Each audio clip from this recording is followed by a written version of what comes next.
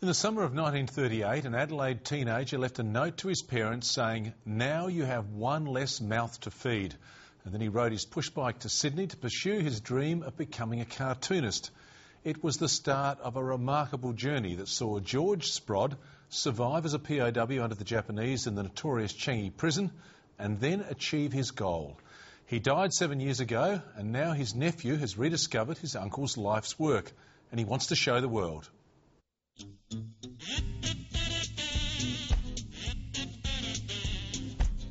George Sprod's cartoons may not be well known today, but from 1949 to 1969 his work was admired by millions when he worked for the immensely popular and prestigious British magazine Punch.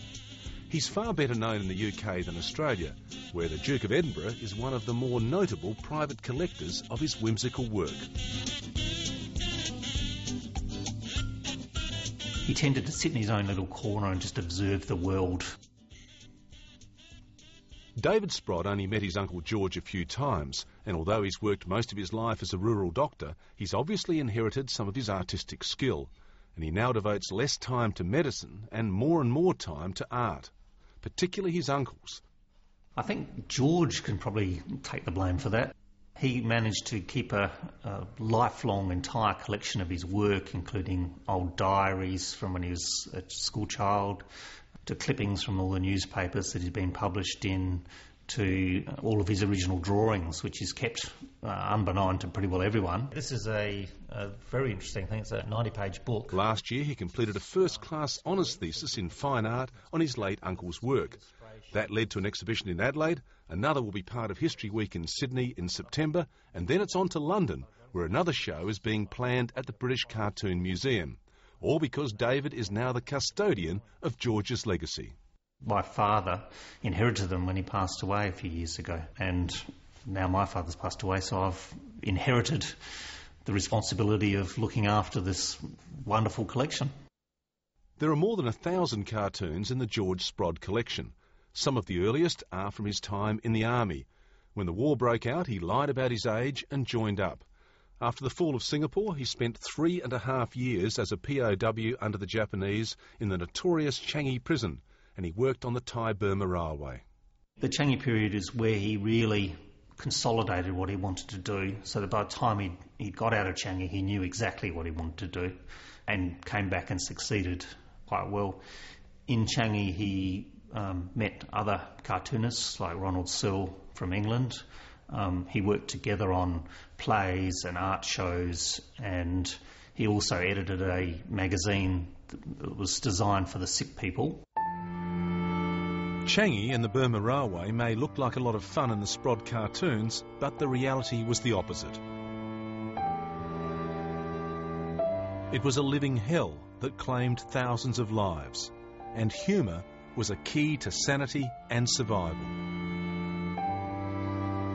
Having something to do really helps you get through an ordeal, and the humour certainly helped him.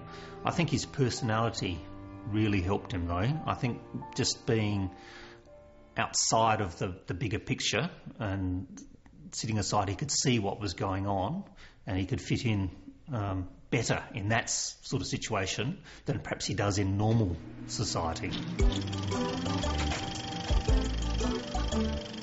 When he came back to normal society, he made an extraordinary film with David Sprod's father, John Sprod.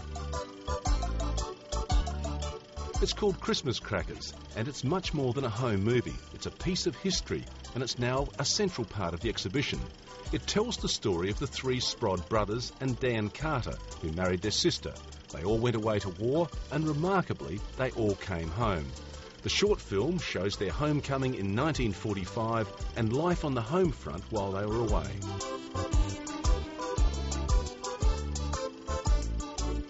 My father, John Sprod, had a camera that he'd bought and was interested in photography, and when George came back, they decided to make a movie about them coming back from the war, and George did all of the drawings for the movie because it was a silent movie back then, and he collaborated with my father to produce the movie, which is it's reenacted, but it was done sort of basically as they were coming home for the first Christmas together after being overseas during the war. My father recognised the historical significance of that film and has given it to the Australian National Film Archive in Canberra so that it can be available for people who want to see it, and it will be stored and looked after. After the war, he worked for Frank Packer on the Woman's Weekly. Then he headed to England, where he hit the big time with Punch. He literally got off the boat and walked in off the street and got the job. He walked in with 3 or 4 drawings and walked out with none of them. And that's a bit like going to Hollywood and getting a leading role in a blockbuster movie with being a complete unknown. His editor at Punch, Malcolm Muggeridge, said, "I can't imagine anyone not liking Sprod's drawings." But after 20 years at the top of the cartooning world, he headed back to Australia and settled in King's Cross. He lived alone and died there in 2003.